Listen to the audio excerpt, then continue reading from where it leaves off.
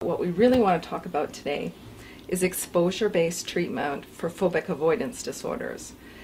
So, the thing that we say around here all the time is that we are the kind of therapists that if you have a phobia of a dog, we get you the dog. We don't spend a year trying to figure out that dog phobia.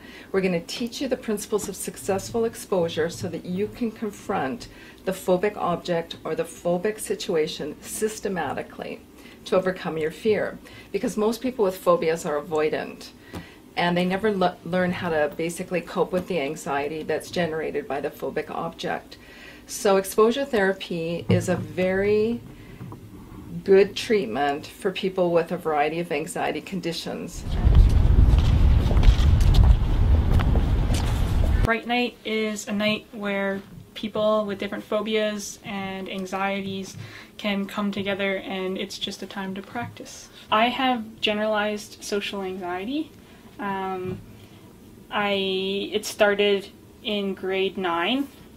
It was kind of manageable anxiety back then. It was kind of like, oh, I'm worried about this test, oh, I'm worried about the teacher calling on me, like normal teenage kind of stuff.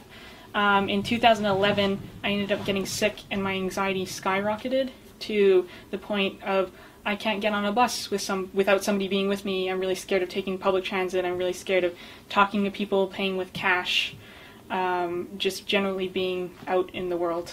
And so when they go with a therapist, for example, to a coffee shop, the therapist would first demonstrate the exposure by doing something silly, something goofy, wearing a cowboy hat, wearing ridiculous Halloween glasses, and the client basically would be watching the therapist order the coffee, watching the other patrons watching the therapist to see what kind of reaction the therapist would get. So it becomes a new learning experience.